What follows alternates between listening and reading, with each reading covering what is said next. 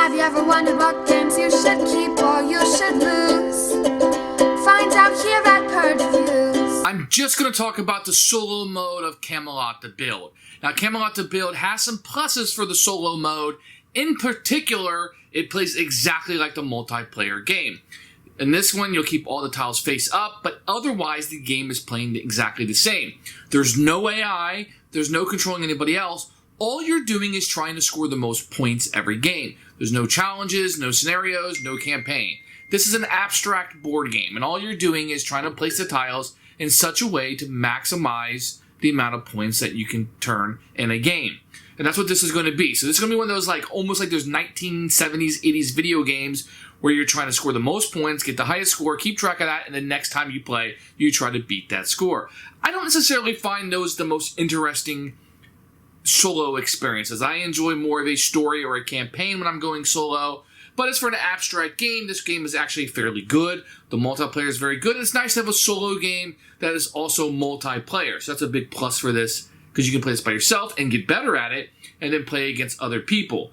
In the multiplayer, you're with 4 people, it's much more chaotic. With 2 people, it's more of a play against that person and how you're going to score the best. In a solo game, you're really setting up your moves, and you have a lot more control over the game.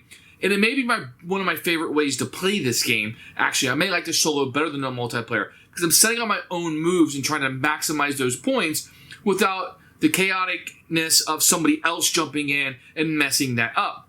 So while the rules are the same, the experience is a little bit different, and I do enjoy that quite a bit.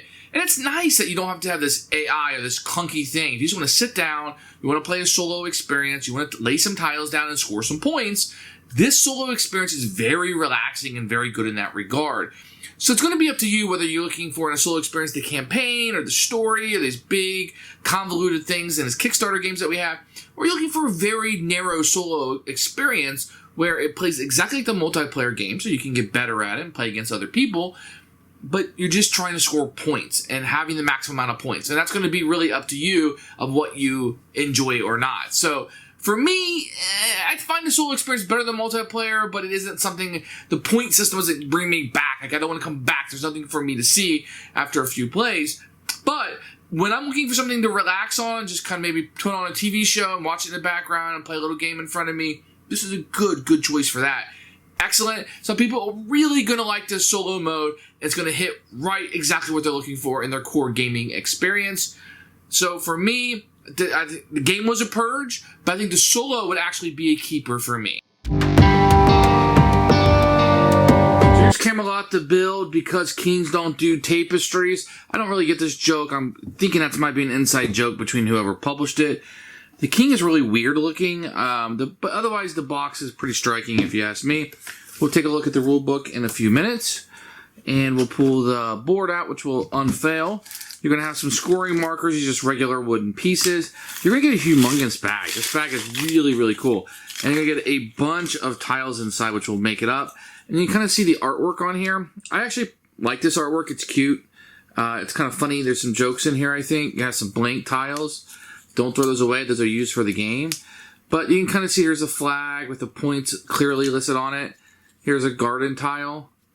But the artwork is going to appeal to some and probably not for others. But you do get quite a bunch of stuff in here. For some reason, is that the king on the front? Okay. So you're going to have that. Not a lot in the box, as you can see. Really just the tiles and this board. Not a lot of components. Let's open this up.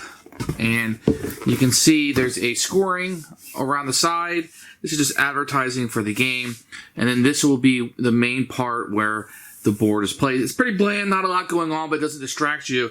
And the idea is that when you put these tiles out, which will fit perfectly in all these squares, that you will have a game board.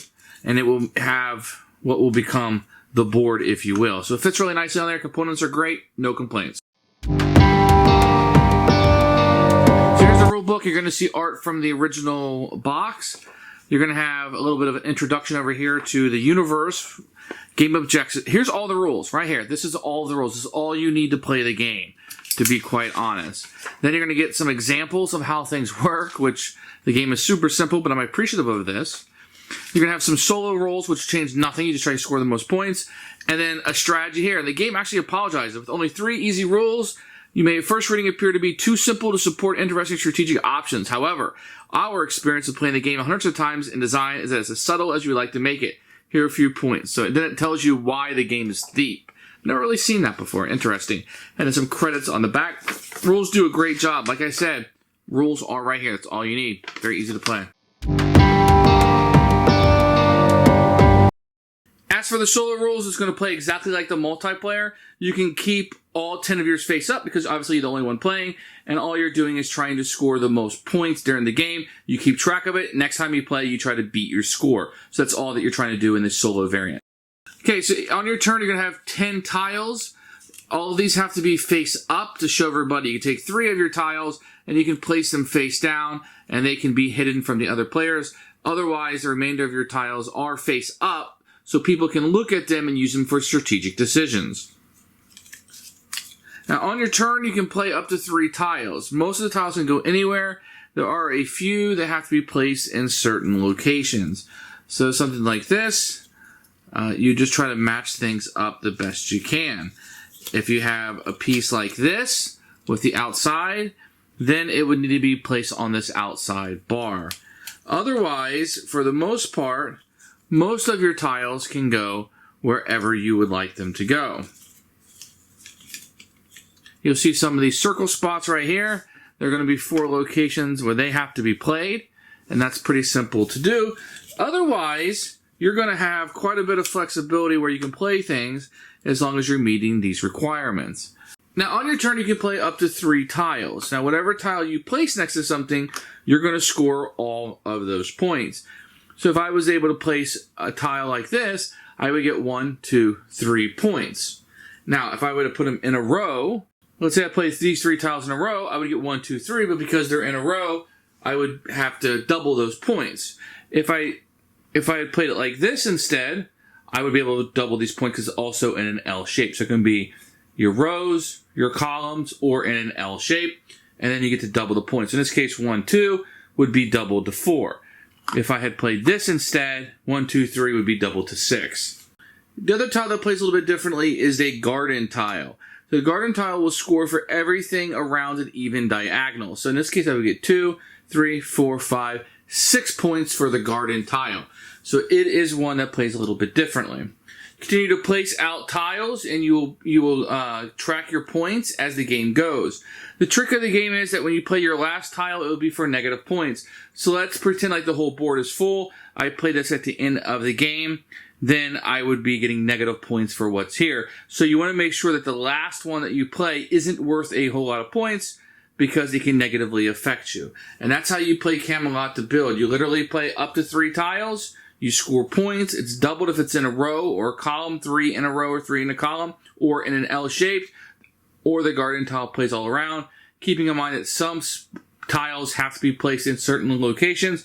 Otherwise, you could play things wherever you wanted that would best score for you. Thanks for watching the video. I really appreciate you tuning in. If you liked it, please like it and hit that little subscribe button. That really helps out the channel. Lets us know that you're getting the videos that you want. If you agreed or disagree with what I said, feel free to comment below. I'd love to hear what you have to say, and I promise that I will comment back. Thanks for watching, and everybody else, keep playing.